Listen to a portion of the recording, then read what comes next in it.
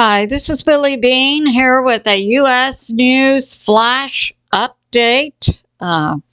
So we're saying to Florida, Georgia, South Carolina, North Carolina, Alabama, get ready. You may also experience weather not seen before, as Texas did in July. So let's get started. So we have this news about President Trump. At a recent rally, he told supporters, the U.S. needs a clear strategy to exit the Ukraine conflict. And we say, way to go, President Trump. The world wants peace. I have this from a Patriot subscriber talking about how long it takes to pass an amendment to the Constitution. I had put out 10 to 15 to 20 years, and in the past that has been true. But my Patriot subscriber says it takes 7 years to pass an amendment, and that is true. I researched it. So the Supreme Court in decades past had set that precedent that it takes 7 years to amend the Constitution. However, Congress must specify that along with the proposal. Otherwise, it could take hundreds of years, as an amendment passed in 1992 setting a date for Congress to receive pay raises, and that was 202 years from the time the amendment had been proposed. This is according to Cornell Law School. So my Patriot subscriber is right. Currently, it is 7 years to pass an amendment to the Constitution if Congress sets that date. So thanks so much to my Patriot subscriber for setting us right. Now from the, we have this Hurricane Helene. Promises to be another catastrophic, life-threatening, unsurvivable in certain areas hurricane. Now let's review. On July 1, Hurricane Beryl came into Texas. I live in Brazoria County, and it made landfall in the adjacent county, Matagorda. However, at that time, the National Hurricane Center was predicting it would come in as a 1. It actually came on land as a 5 with a wind of 160 miles per hour. Now, I had an independent source who verified that just before it made landfall, offshore wind gusts were up to 300 miles per hour. So we're experiencing weather not seen before, and we're experiencing questionable predictions being put out by the National Hurricane Center. Or is it a case that the National Hurricane Center is putting out accurate reports, but deep state unknown parties are engaging in weather warfare to juice up an existing system? In the case of Beryl, that happened almost at the time that it came onshore, that it went from a 1 to a 5 category hurricane. So I say heads up to you people in Florida, Georgia, Alabama, South Carolina, North Carolina, Tennessee, Kentucky, Arkansas, Missouri, Ohio, and so on. It's good to not rely. Don't put your eggs all in one basket. Don't rely on predictions by the National Hurricane Center. And as BPEARTHWATCH has pointed out, the Navy model is MIA.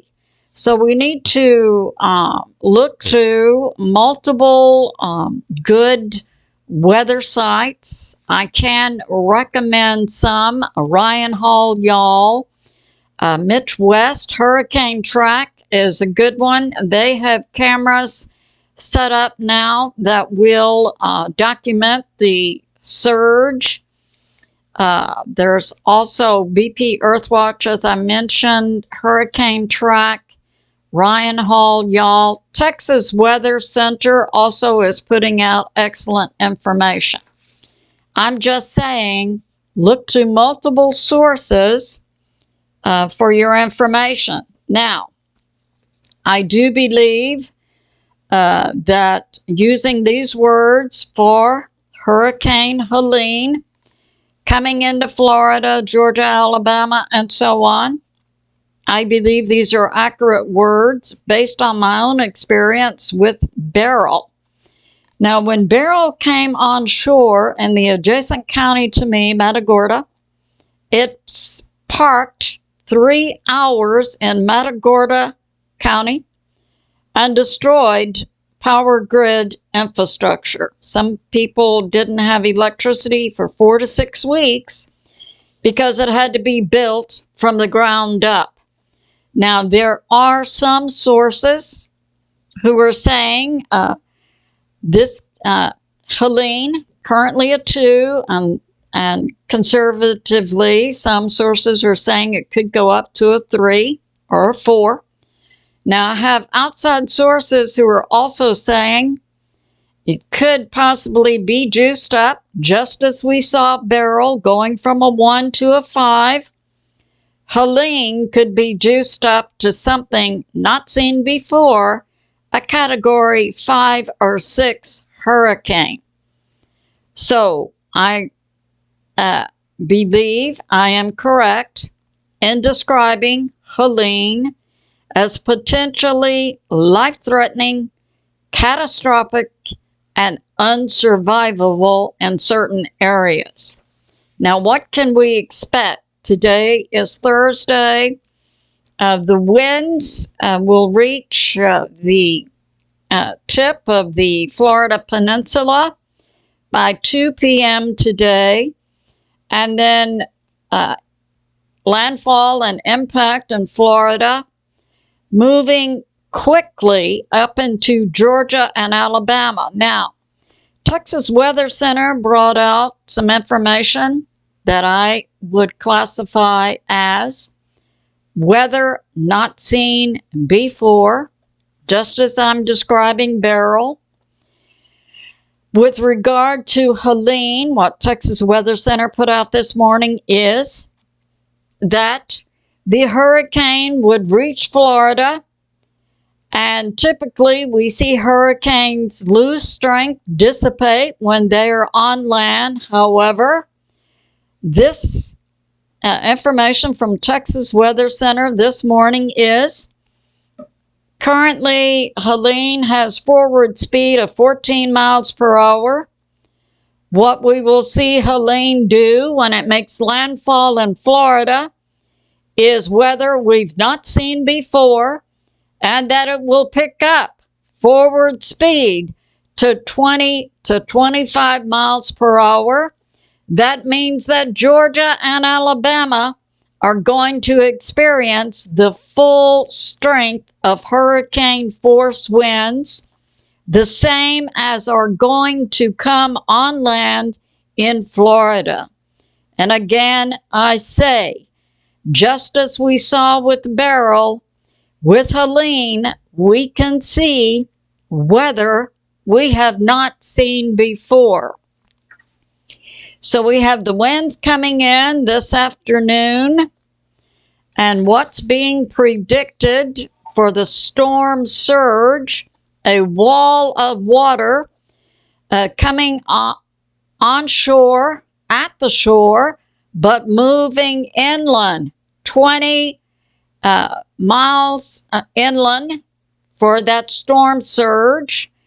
Now imagine a wall of water 20 feet high. This is where the word unsurvivable comes in. Now my thinking is, if this storm, like Beryl, is juiced up at the shoreline, we possibly could see storm surge go in 20 miles inland and then go in 50 miles inland. We are on the brink of seeing catastrophic, life-threatening, unsurvivable weather we have not seen before, except that example of Beryl in July coming onshore in Texas, going from a 1 to a 5 as soon as it comes onshore and parking for 3 hours. Helene, according to the information from Texas Weather Center, will come onshore and speed up. Weather not seen before. So what's going on? We can only speculate, and definitely we need to pray. We can pray against this. Okay, so my suggestion is you need to use multiple sources of good weather sources. Some are Ryan Hall Y'all. Mitch West does a good job. Tim Vasquez, his background is military training. Texas Weather Center is doing a good job of keeping up with this. Hurricane Track has set up cameras that we can also see along the Florida coastline. So it's predicted to come in as currently a Category 2, but many sources are saying this could go all the way up to an unknown Category 6. So that's going on. It does have something like a 400-mile. So we have the winds here in the center where the hurricane is located, but it's got a wind diameter of almost 400 miles. So many areas that typically wouldn't see winds are going to see hurricane or tropical force winds.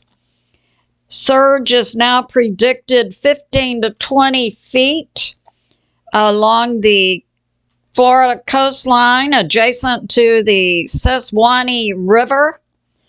At the tip of the peninsula, 1 to 3 feet, and then progressing Tampa Bay area, 5 to 8 feet, then 8 to 12, 15 to 20, then 10 to 15, and so on. Yep. And predictions are this is going to hit Georgia as a hurricane.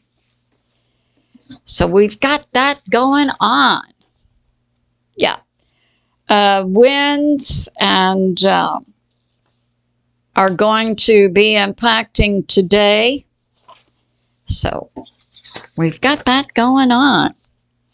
And now some political news. Breitbart. And I'm putting forth this. Wisconsin may be one of the states that cannot certify its vote in November.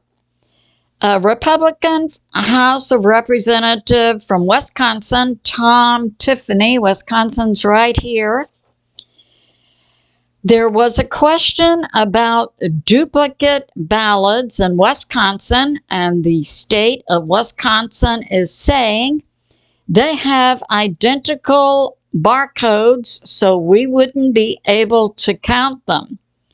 Representative Tom Tiffany's office also investigated, and what they found is these duplicate ballots have no barcode. So I submit Wisconsin may be a state that cannot certify its vote. So we've got that going on. Now, Breitbart is reporting new polls in Pennsylvania tipping toward President Trump. What's going on in New York?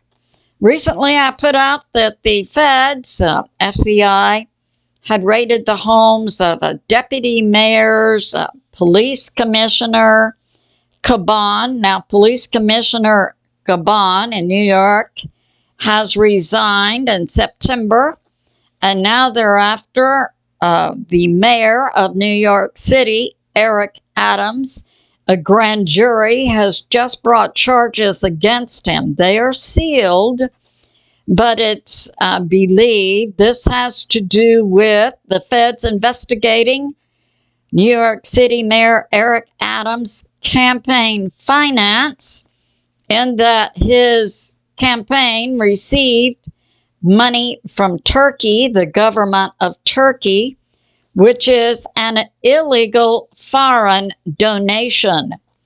New York Post reports this morning, Adams will likely surrender next week. So this concludes my flash.